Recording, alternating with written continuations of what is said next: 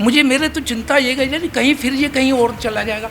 आप समझ नहीं सकते मेरे हाल, मतलब अब मेरे मदर ने पहले इसको पाला। ये ना 15 तारीख को 3 बजे एक वैन आई थी, उस पर आश्रम लिखा हुआ था, तो वो मुझे लगता है वही उसमें 2 लोग पहले भी बैठे हुए थे, दो तीन लोग, और उसको उठा के ले गए। वहाँ से एक वैन आती है जिसके बाहर बड़ा बड़ा लिखा होता है आश्रम या कहूँ वृद्धाश्रम।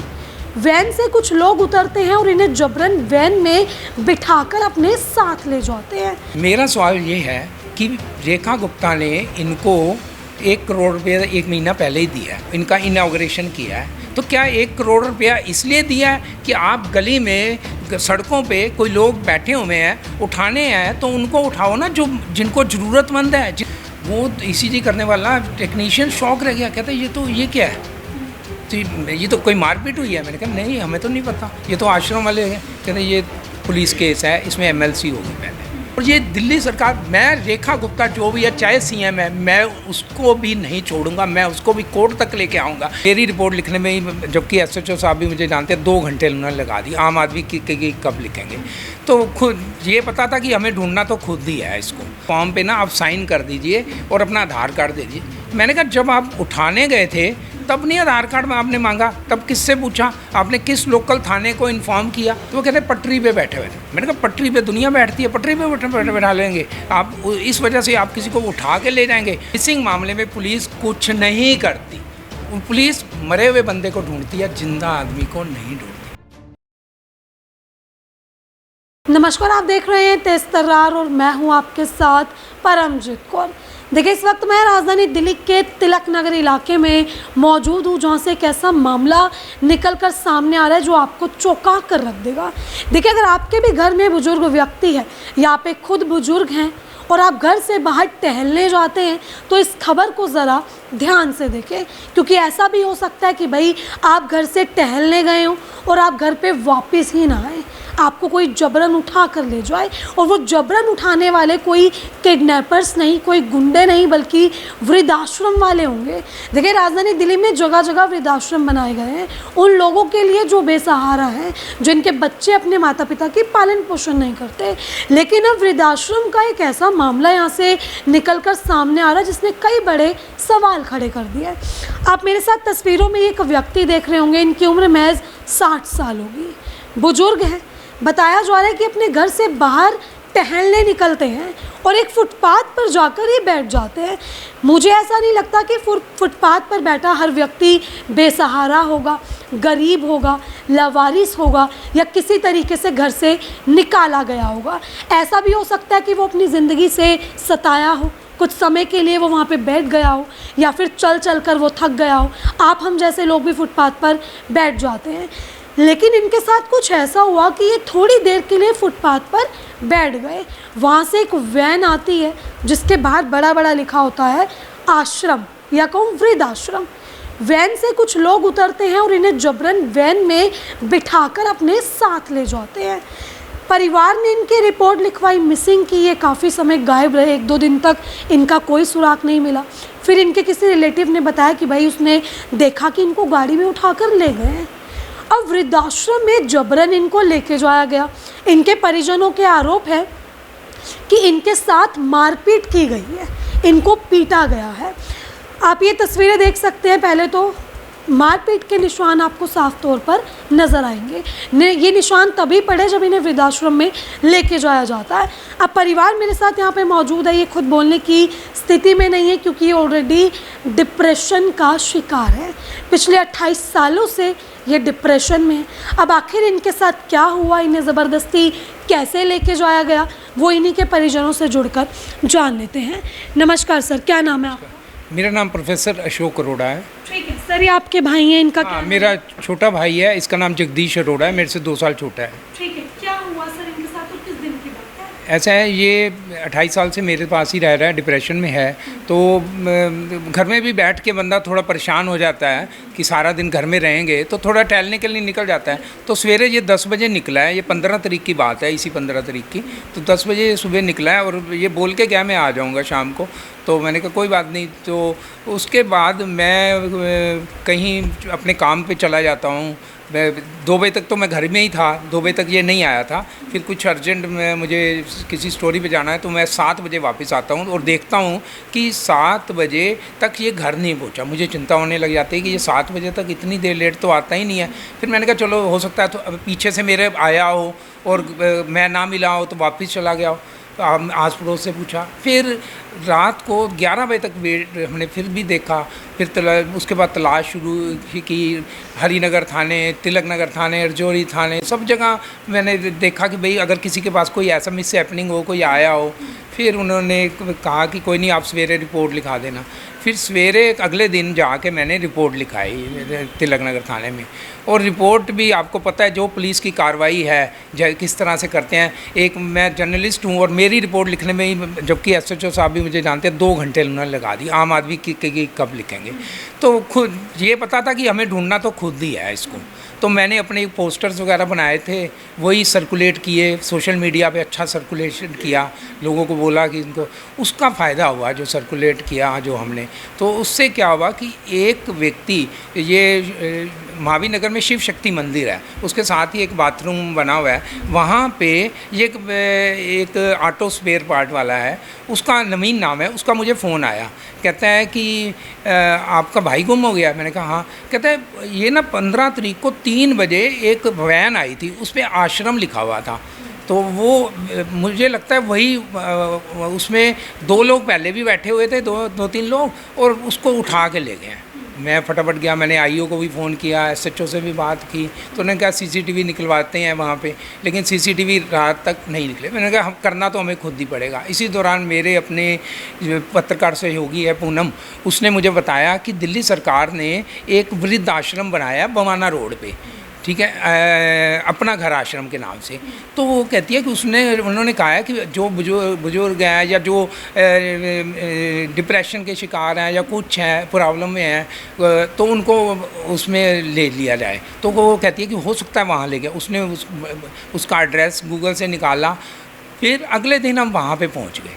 वहाँ जब हम पहुँचे, मैं था, मेरे अपने और पत्रकार सहयोगी नरेश भी थे, हम 3 लोग वहाँ गए। तो वहाँ पे हमने देखा कि उन्होंने फ़ाइल दिखाई हमें, बहुत बड़ा बना हुआ था आश्रम, कई सारे कमरे थे। उन्होंने ऑफिस में एक फ़ाइल दिखाई और फ़ाइल में पूनम ने पहचान लिया उसी टाइम, वही देख रही थी फ़ाइल। तो मैं तो बहुत ज़्यादा परेशान था। 3 दिन मैं इतना परेशान रहा, 2 बार तो मुझे हॉस्पिटल जाना पड़ गया, दीनदयाल हॉस्पिटल में, क्योंकि मेरा बीपी शूट कर रहा था। तो उसने पहचान लिया, कहती है भैया तो यहीं पे ही हैं ये आपके। तो ये इसको बुलाया गया, तो ये यहाँ आया, तो इसने कपड़े वही उन्होंने आश्रम वालों ने पहनाए हुए थे। तो मैंने कहा मैं चुप रहा, कुछ नहीं। तो फिर मैंने कहा कपड़े चेंज करा दो, कपड़े चेंज करके आया। तो उस टाइम फिर हम वहाँ से इसको लेके घर आ गए।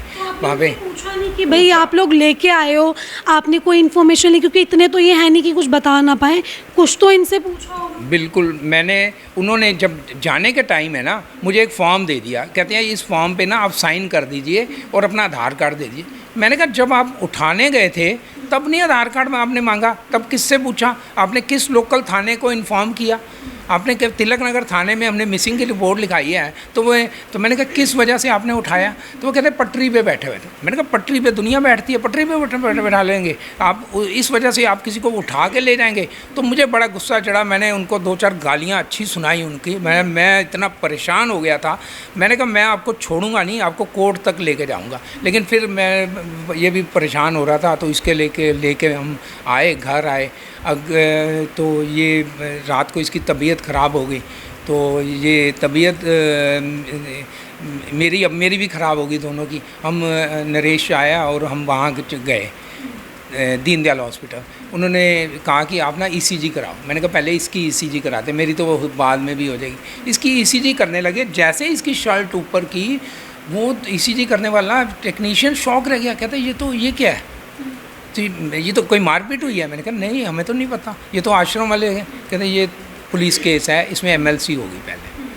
तो दीनदयाल वाले अस्पताल वालों ने ऐसे, मैं बोलूँगा कि ऐसे लोग हैं इतने परेशान उसके, और कहते हैं कि हम यहाँ कुछ नहीं कर सकते, आप एमएलसी के लिए सफदरजंग अस्पताल जाओ, यहाँ पे इसका अल्ट्रासाउंड होगा, पेट में ये काफ़ी सीवियर इंजरी है, काफ़ी सीरियस मैटर है, तो आप हायर सेंटर में जाओ, हम कुछ नहीं कर सकते। मैंने कहा कम से कम फर्स्ट एड ही करो, कुछ लगाओ। तो नहीं, कुछ नहीं किया उन्होंने। मैंने कहा आप रिफ्यूज़ कर रहे हो, लिख के दे दो कि हम रिफ्यूज़ कर रहे हैं। नहीं कर रहे, रिफ्यूज़ भी नहीं करेंगे। मैंने कहा रेफ़र कर दो, हम रेफ़र भी नहीं करेंगे। ये हालात हैं। आप देखिए इनकी पर्ची में मैं आपको दिखाता हूँ, इन्होंने कुछ भी नहीं लिखा उस पर्ची में।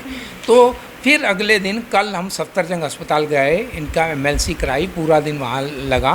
इनका चेस्ट एक्सरे हुआ, एब्डोमेन का भी एक्सरे हुआ, बीपी के लिए हुआ, साइकेट्रिक ट्रीटमेंट में वहाँ भी किया। वो सारा बड़ी अच्छे तरीके से उन्होंने किया।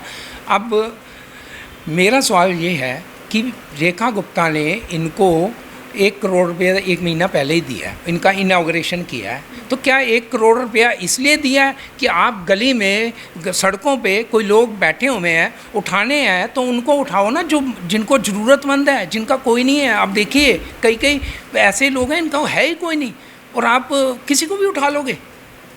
मतलब इतनी इनको छूट दे रखी है। ये तो दिस इज़ किडनैपिंग। मैं इनके खिलाफ़ किडनैपिंग का केस करूंगा, और इन्होंने जो मारपीट की है इनकी इसके साथ, जो ये बता नहीं पा रहा, उसका भी मैं इनके ऊपर केस करूंगा। देखिए क्या हालत है, आप इनकी समझें कि इन पे क्या कुछ बीत रही है, इनके कैसे चोटों के निशान हैं पूरे पेट पे। डिप्रेशन से काफ़ी हद तक बाहर हो गया था। हमारे डॉक्टर राजेश मेहता हैं, पिछले 28 साल से वही इसका ट्रीटमेंट कर रहे थे, साइकेट्रिक ट्रीटमेंट है। एक बार पहले भी ये गुम हुआ था, ये पाकिस्तान बॉर्डर पहुंच गया था। वहाँ से किसी फौजी ने, सरदार जी थे, उन्होंने इसकी मदद की, इसको बताया कि भाई इसको फ़ोन नंबर याद था, तो उस फ़ोन नंबर से इसने अपने डॉक्टर का नंबर बताया। तब मैं उसको जम्मू के पास ही एक अखनूर जगह है, मैं वहाँ से इसको लेके आया। मेरे तो चिंता ये गई कहीं फिर ये कहीं और चला जाएगा। आप समझ नहीं सकते मेरे हाल। मतलब आप, मेरे मदर ने पहले इसको पाला, और इसकी बीवी ने इसको साथ धोखा किया।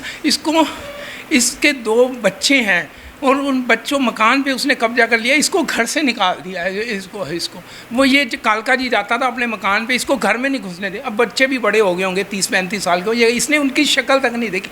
आप इसकी हालात तो देखिए कि कितने आ गए। और उसको मैंने ये करके पाला है, ये किया है। और ये दिल्ली सरकार, मैं रेखा गुप्ता जो भी है, चाहे CM है, मैं उसको भी नहीं छोड़ूंगा। मैं उसको भी कोर्ट तक लेके आऊँगा कि उनकी हिम्मत कैसे हुई कि किसी भी आपको उठा। वहाँ मुझे बताया गया कि 242 लोग उन्होंने उठाए हैं। अब 242 में पता नहीं कितने मिसिंग हो चुके होंगे, कितनी मिसिंग रिपोर्ट हो चुकी होंगी जो जानकर है। मैं कहता हूँ आप अपने चैनल के थ्रू आप बताइए कि अपना घर आश्रम में आप जाइए, अगर आपका मिसिंग है, हो सकता है वहीं पे मिले। देखिए कितनी दुआएं आपको मिलेंगी कि आपकी वजह से ये बिछड़े हुए लोग मिल रहे हैं। आश्रम में मतलब लेके जाते हैं कि भाई इसीलिए कि घर बार नहीं है, वहाँ पे अच्छे से रखा जाता है। ये मारपीट होना किस हद तक, मतलब क्या चल रही है? ये तो गुंडागर्दी है, सरासर गुंडागर्दी। मतलब हो सकता है इसको कहते होंगे कि नहला ले, या नहीं नहाना होगा, चाहता होगा, अपनी मर्जी। भाई डिप्रेशन का पेशेंट कई बार नहीं नहाया होगा, कपड़े चेंज करने कहते होंगे या कुछ कहते होंगे, और नहीं क्या होगा तो उन्होंने मारपीट कर दी। मतलब अगर कोई डिप्रेशन का पेशेंट है, उसको प्यार से समझाते हैं, ये करते हैं। ये थोड़ा है कि उसके, मैंने आज तक कभी इसके ऊपर एक हाथ नहीं उठाया आज, और इनकी इतनी हिम्मत हो गई कि मेरे उठा रही। अब देखिए जो परिवार का होता है ना, जो वही दर्द समझ सकता है, और किसी को दर्द समझ आएगा नहीं, ना ये रेखा गुप्ता को समझ आएगा। मैं इस रेखा गुप्ता जिनकी वजह, जिन्होंने 1 करोड़ फंड दिया, मैं RTI लगाऊंगा, पूछूंगा कि उस 1 करोड़ फंड का क्या हुआ। क्या लोगों को मारने के लिए 1 करोड़ रुपया दिया गया?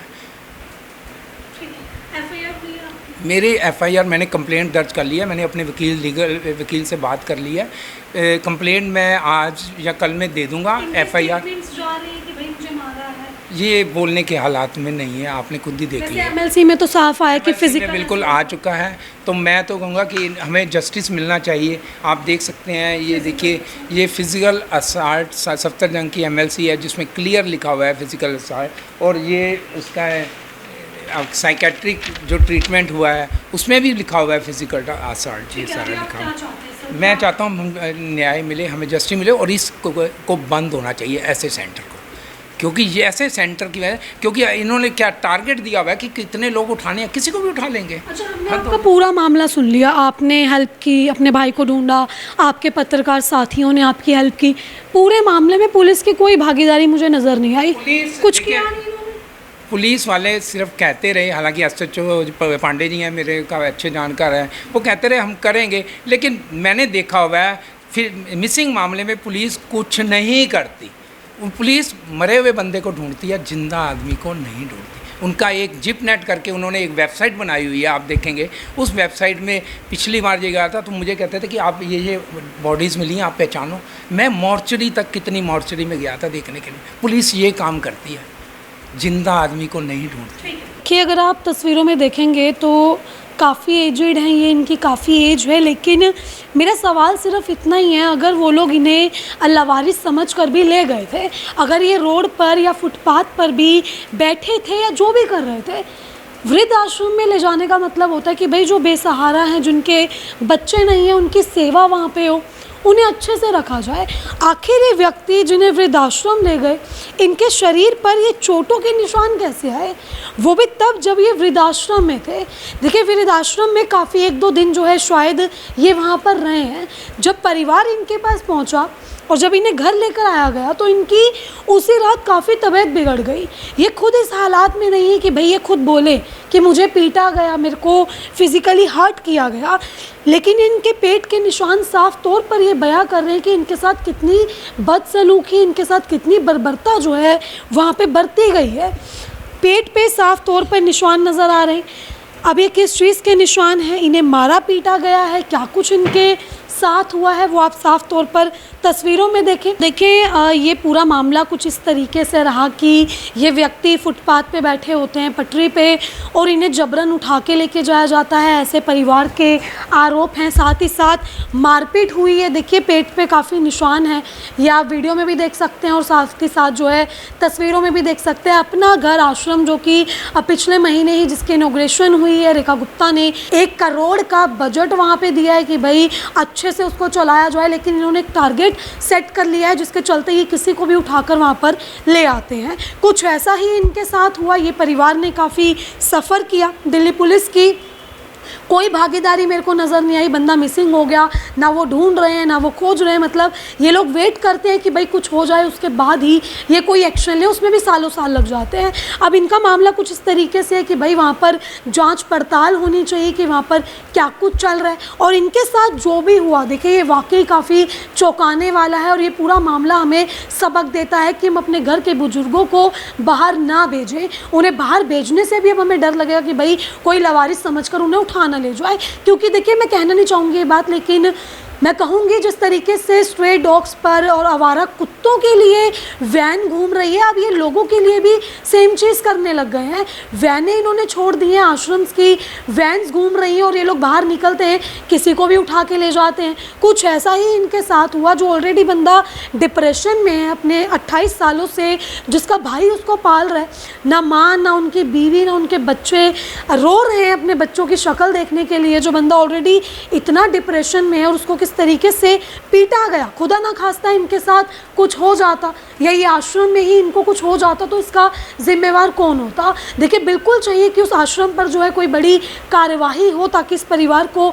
इंसाफ मिल सके। मैं एक बात ऐड करना चाहूँगा। आपने कहा कुछ हो जाए। मेरे एक पत्रकार, मेरे सहयोगी हैं, उन्होंने मुझे बताया कि उनके भाई को जनकपुरी में, मैं नाम नहीं लूँगा उस आश्रम का, क्योंकि तो वहाँ लेके गए थे और उसकी डेड बॉडी आई थी।